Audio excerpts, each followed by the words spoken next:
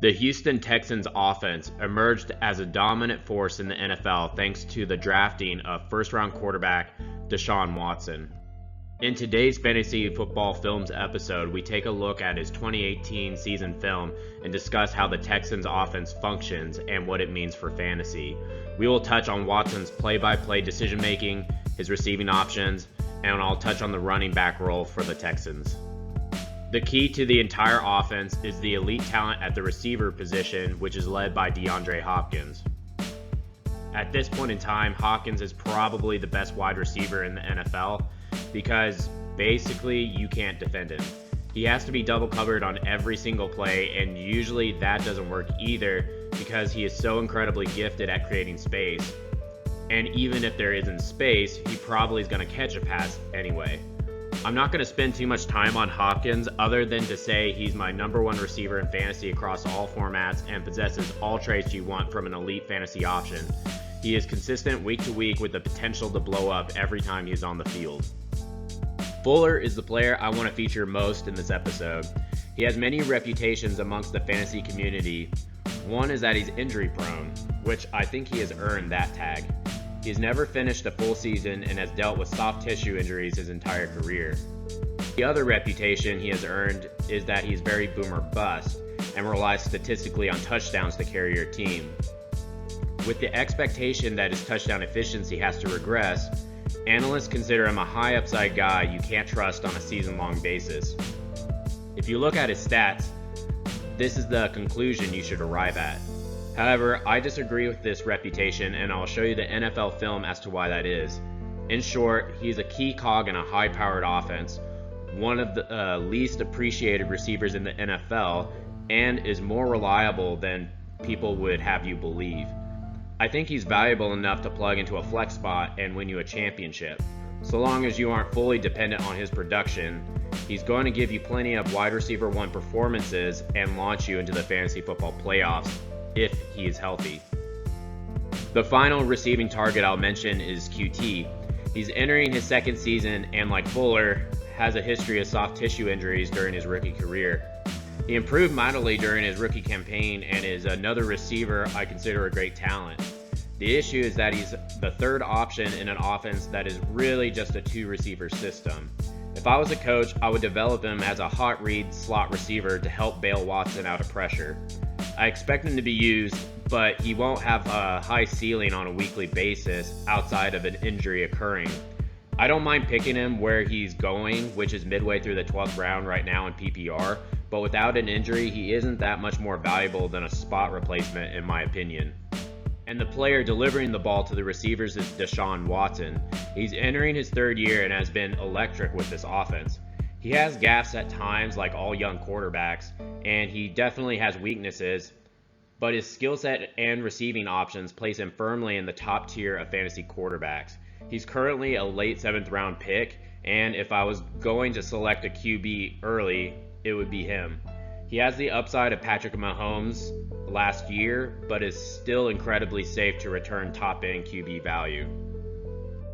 The only running back I'll touch on is Lamar Miller, only because he's the only one that really matters in my opinion, especially now that D'Onta Foreman was released.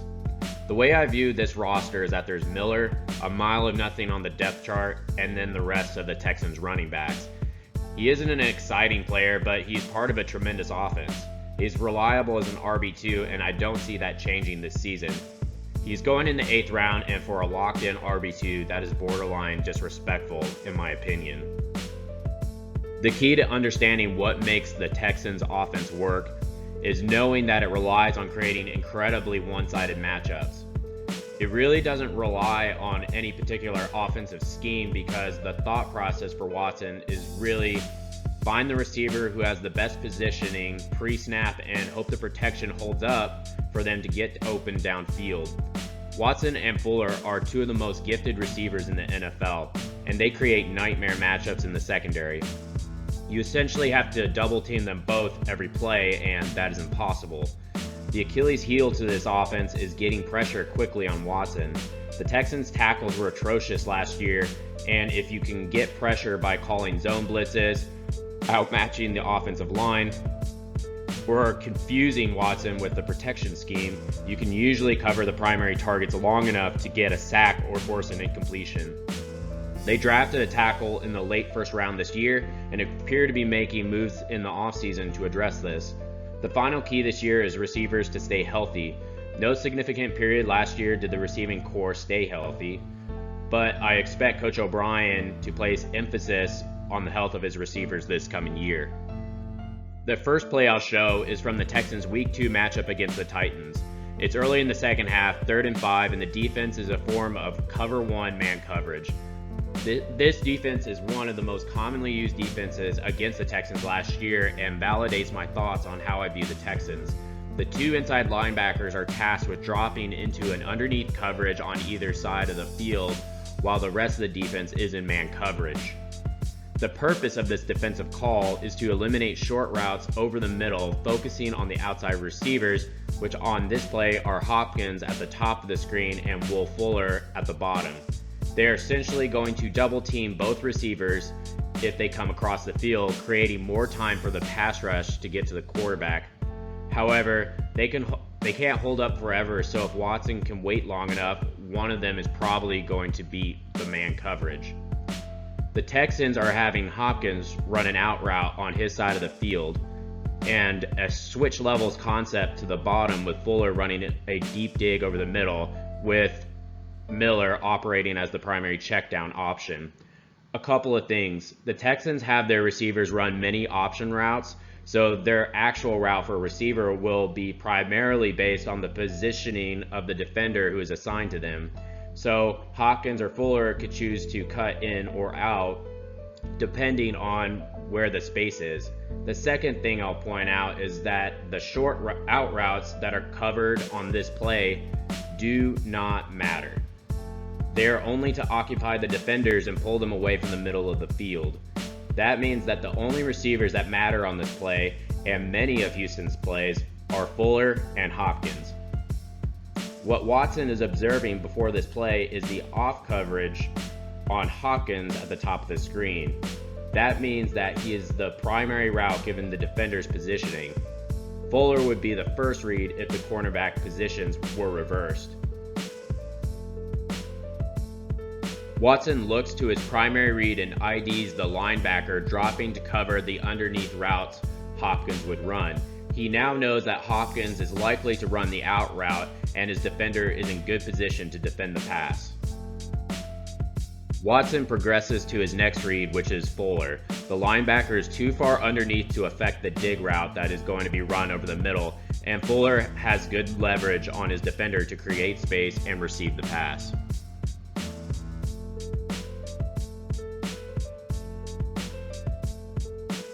This play sets the template for the typical passing progression for Deshaun Watson.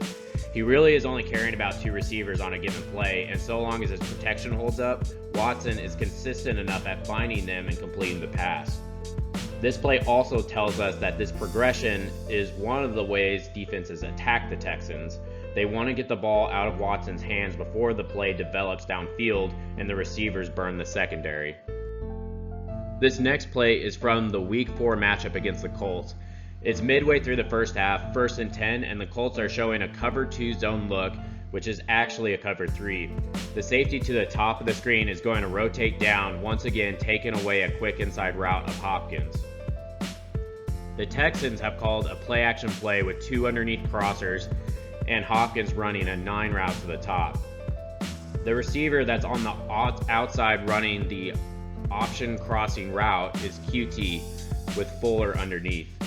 QT is tasked with identifying whether the Colts are indeed in zone coverage or if the Colts stick with the man-to-man assignments. If the Colts are in zone, QT must settle in the zone in the middle of the field and let Fuller carry a defender away from him so that he is open. If the team is in man coverage, QT continues his crossing route towards the opposite sideline. Watson knows that the bigger play and higher percentage throw is to QT. However, he has to trust that Kiki will settle in the zone where he's supposed to. If Watson throws the ball and QT continues his route, the pass has a high chance of being intercepted. I chose this play to point out the importance of trust between quarterbacks and receivers and why not having trust or reliability limits a receiver's potential in an offense. Watson then progresses away from QT to Fuller, who is able to get open.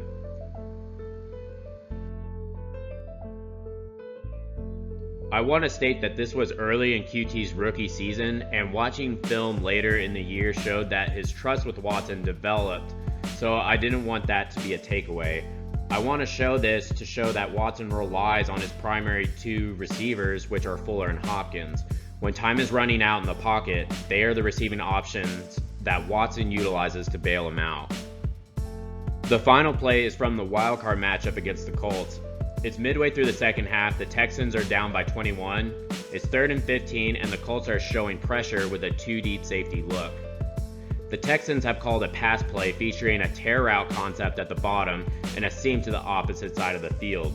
The only thing I will mention about this is Watson's one and only read is the right side slot defender. This defender's position after the snap will determine which inside receiver will receive the pass. The only real reason I chose to feature this play during this episode is to talk through the biggest weakness of the Texans offense, and that is an effective pass rush. The Colts are showing that they are bringing pressure, and Watson recognizes this and changes protections. It's really a process of elimination on the part of Watson during this play. To start, there are 4 down linemen with blitzers. Knowing that the Colts are likely in man coverage, one of those blitzers is likely there to shadow the running back in the backfield. That means one is going to have to drop into a zone or blitz. All to say that this makes Watson believe that if the Colts are bringing pressure, it is coming from this side of the line. So Watson calls a protection for the line to shift left and give him enough time to hit the uncovered receiver to his right. The problem with this is Watson shouldn't really be worried about the left side of the line. This is a bit complicated, so I'll give the main points. Watson has 3 receivers to the right with only 2 defensive backs in position to cover them. One of those receivers is going to be wide open, so if instead he has his line jam the line in the middle and have Miller protect the edge rusher to the left just to slow him down, Watson's pocket would disrupt the angle of attack of a cornerback if instead the Colts are calling a corner blitz, which is exactly what they do. As you can see here, the defender to the right cheats in right before the snap, and because the line shifts left, he gets a straight shot at the quarterback. The blitzers are actually in man coverage. Since Watson is going to be looking at the receivers post-snap anyway, all that was needed was to adjust protections correctly because this receiver would have been wide open and probably would have scored on this play. Watson recognizes the cornerback, and by this time, it is too late as his throwing lane is disrupted. Watson then panics and progresses to his check down, who is covered by the edge defender. The Colts get the sack. I will point out that the outcome of this play doesn't fully lie with Watson. This is just an example of how teams fool him into opening up opportunities to bring pressure. If Watson isn't protected, the big play routes from the Texans receivers can't develop, which is what makes the Houston passing game so dangerous. For the fantasy prototype offense, the Texans really only feature 2 receivers to fuel their scoring, with contributors pitching in as checkdowns and hot reads. The team trusts Fuller and Hopkins to beat their defenders, and most of the time they do. There just has to be enough time for them to get open. The way defenses counter this is by playing a bunch of tight man-to-man matchups to allow more time for the pass rush. I will also note that Watson doesn't really check down to the running back that often. Usually if the pass isn't going to the top 2 receivers, it's some sort of underneath route. I know I didn't focus on him that much, but Hopkins is my number 1 receiver and 5th overall player in PPR. I just don't think that there's much analysis to be had. He's safe, he's talented, and he has a huge ceiling. Will Fuller is one of my favorite later round receivers. I understand a lot of his ranking is baked into his injury status, but so long as he's healthy, he can finish as a wide receiver 1 any given week, which is what I would look for as my 3rd or 4th receiver. The other thing people worry about is Keke QT. He's talented, but Fuller's role is secure. QT will be relied on with underneath routes and will have some good games, but he doesn't really have the ceiling that Fuller does. I could see picking him in one of the later rounds and potentially using him as a flex option when needed. As for the running back situation, Lamar Miller is pretty much the same, but he has a low ceiling. If you design your roster around receiving options like I do, Miller is reliable each week. Another player you can't really depend on for production, but he's on a high-powered offense and he's consistent. I think there's a big void on the depth chart after Miller, so he should be guaranteed his role. Again, not an exciting pick, but one of those players I like to use to add consistency to my roster. Lastly, Deshaun Watson. He's one of the most valuable fantasy quarterbacks this year. I predict he will finish in the top 6 in 2019, and he is my second favorite quarterback overall. The issue that he's going pretty early relative to other quarterbacks. Right now, his average draft position is the early 6th round. I don't typically draft quarterbacks early, but if I did, I'd choose him because I think he has the best value of the top quarterbacks. And that concludes another episode. Make sure to subscribe to the channel and hit that like button if you like our content. I'm on Twitter at RobFFFilms. My name is Robert Athey. Thanks for watching.